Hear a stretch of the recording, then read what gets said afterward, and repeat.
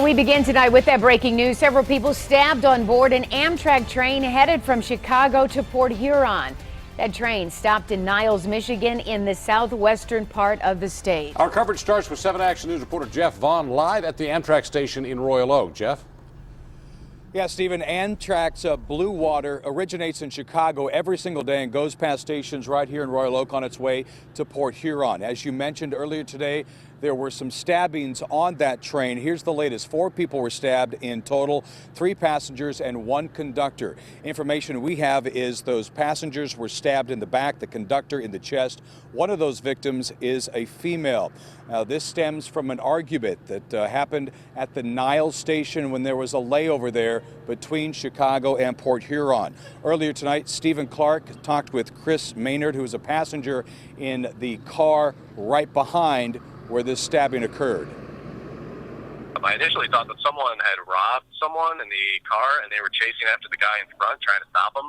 But then I kind of just noticed that everyone looked terrified. So they were running from the car in front of us.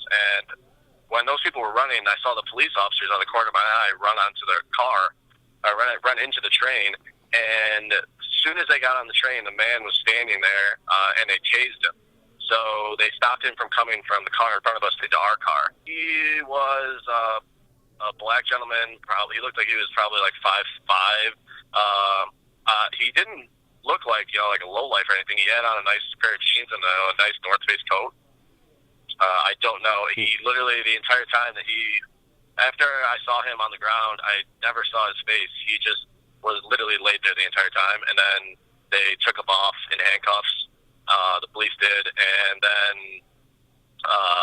2 people left on stretchers, bleeding pretty profusely, and then this lady came on looking for her and her husband's luggage. She had been stabbed, and she was just covered in blood. Like, her shirt was just covered in blood. Her hands were dripping with blood, and it was, pretty terrible.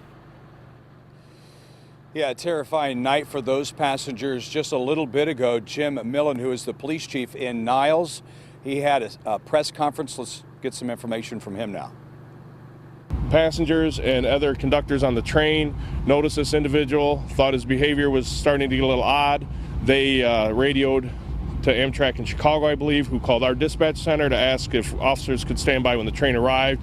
When the officers got here, the assaults were taking place. Well, again, it seems the motive seems to be from some sort of argument that happened on that Amtrak train between Chicago and Port Huron. It happened in Niles in southwest Michigan.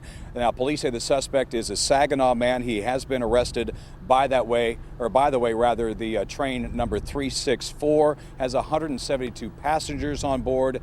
That is stalled right now in Niles during this investigation. Amtrak tells me that they are working now on getting alternate transportation for those 172 passengers. We're live in Royal Oak. Jeff Vaughn, 7 Action News. Back to you. All right, Jeff, thank you so much for the update. Just minutes ago, I spoke with one of those passengers on that train, Imelda O'Connor. She was also on the train when all of this went down. I saw the police. The police were walking through the cars, making sure everyone was okay. I saw some ambulance and police cars out of the window, and just the police kept walking through the cars. And I was actually transferred a car up. I was in the last car. They used the last car to witness, to interview the witnesses. So I was moved a car up. They said that this man did not know anybody on the train and he had no affiliation to everybody. I'm not sure if something was wrong with him or why he decided to do this spur of violence, but they said he didn't know anybody on the train and nobody knew him either.